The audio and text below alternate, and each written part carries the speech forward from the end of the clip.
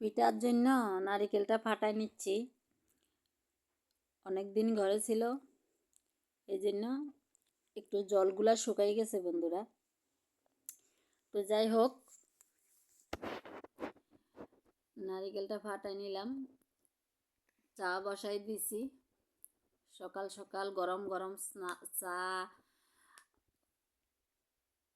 হয়ে গেছে।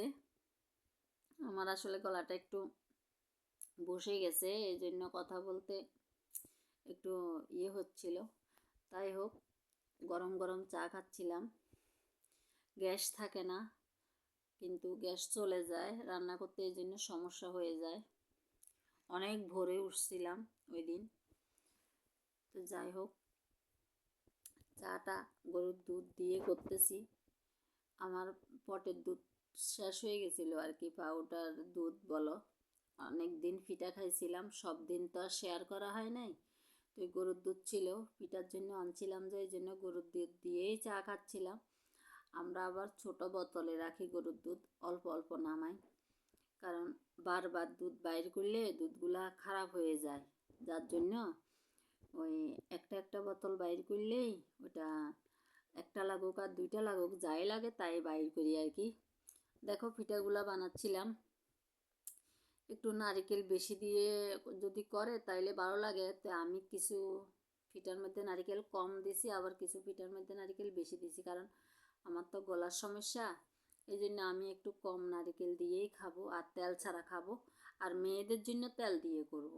তো তেল ছাড়া খেতেও ভালো লাগে, মানে চা দিয়ে।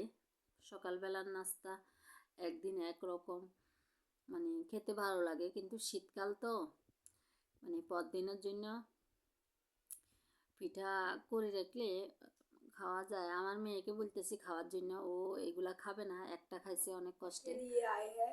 मैं वीडियो कर গরম रही हूँ, मम्मी बना रही है। গরম ठीक है, গরম अनेक मजा है। प्लीज গরম खा के देखिए, वीडियो पूरा देखिए, शेयर कीजिए, लाइक कीजिए, कमेंट कीजिए। बाय। গরম গরম পিঠা দিয়ে চা খেয়ে নিলাম সবাই। মেয়েরা আবার তেলের মধ্যে ভাজি করে খাওয়ার জন্য, ওদের জন্য ওরা আলাদা করে তেলের মধ্যেও ভাজি করছে অনেকগুলা পিঠা, এই জন্য এগুলোই আছে। আরও কিছু পিঠা ভাজি করব। দেখো, এই যে আমি এখান থেকে কিছু খাইছিলাম, আরও কিছু পিঠা তেলের মধ্যে ভাজি করছিলাম। অনেকগুলো পিঠা তৈরি করছিলাম। মোটামুটি আমি অসুস্থ হয়ে গেছি এত পিঠা মানে করে। এটুকু নেয়াল আছে অবশিষ্ট, এগুলা তেলের মধ্যে ভাজি করব। পিঠা বানানোর পরে ওইটুকু নেয়াল ছিল আর কি। তো যাই হোক, তেলের মধ্যেও কিছু ভাজি করছি, তেলের মধ্যে হালকা ভাজি করছি, অত বেশি ভাজি করি নাই। তাও হবে 20-25টা হবে ভাজি করছি তেলের মধ্যে। যাই হোক, চা নাস্তা খেয়ে ছাদে চলে গেছিলাম। দেখো, পালং গাছটা কি সুন্দর দেখাচ্ছে। কয়েকদিন পর পর আমি কয়টা পাতা আনি, ডাল অথবা সবজির সাথে দিই। তো যাই হোক, এটা অনেক শীতের আগের শাক, তো এই জন্য এটা তোলা হয় না, এটা আলাদা এই টপেই আছে। একটা আছে তো, এই জন্য অনেক বড় বড় হয়। পালং শাক ভালোই লাগে। আর সাথে মূলার শাক আছে। মূলার শাকগুলো বেশি দিন থাকলে তো তিতা হয়ে যাবে, এই জন্য আমি মূলার শাকগুলো নিয়ে আসছিলাম। ভাবছিলাম সিম দিয়ে আর কিছু শাক আনছিলাম আমি বাইরে থেকে ওই দিন, তো ভাবছিলাম ওই শাক দিয়ে রান্না করব। গাছ থেকে সিমও নিছিলাম, কিন্তু আর শাক দিয়ে রান্না করা হয় না। এই জন্যই হয় না যে এগুলা ওরা মানে মূলা বড়া খাবে বলতেছিল, ওই জন্য। তা আমি মূলা বড়া করছিলাম। মূলা পাতাগুলো তখন আবারই বড়ার মধ্যে দিয়ে দিলাম। যেহেতু অনেকগুলা মূলা বড়া করছি, তাহলে তো আর শাক রান্না করলে খাওয়া যাবে না, ওই জন্য আর শাকটা রান্না হয় নাই।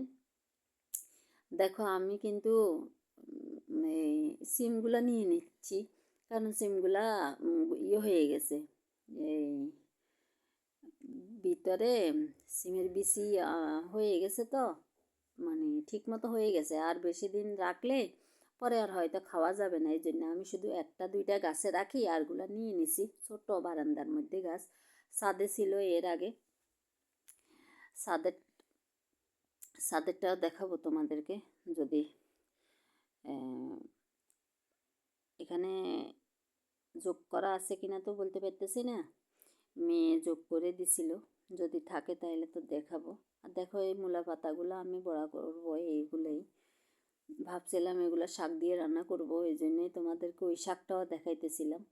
এই শাকগুলো আমি বাইরে থেকে আনছিলাম, এখানে 5 মিশালি শাক, যে এত টেস্ট, রান্না করলে সিম দিয়ে একটু আলু দিয়ে, অনেকে বেগুনও দেয়, একটু রসুন দিয়ে যদি এগুলা একটু চিংড়ি মাছ অথবা ছোট মাছ দিয়ে রান্না করলে অনেক ভালো লাগে খেতে।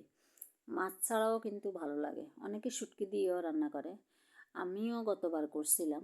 মূলা বড়াগুলা কিন্তু একদম সেরকম হয়েছে, দেখছো কালারটা এত মজা হয়েছে। ছোট ছোট মূলা একদম কুচি আলুর মতো কুচি করে কাটে নিয়েছি, তারপর সিদ্ধ করে লবণ দিয়ে একটু লবণ হলুদ দিয়ে সিদ্ধ করে ভাপাই নিছি। তারপর একটু চালের গুঁড়া, আমি বেসন ছিল না ঘরে, এই জন্য একটু চালের গুঁড়া আর একটু ওই যে হলুদ লবণ মরিচ একটু জিরার গুঁড়া দিয়ে বড়া করছিলাম। পাতাগুলো বড়া দিয়ে আমি খাচ্ছিলাম পাস্টে, এত মজা হয়েছে। আমি অবশ্য পাতা বড়া কয়েকটা খাই ফেলছি, তারপর তোমাদের সাথে ভিডিও শেয়ার করতেছিলাম।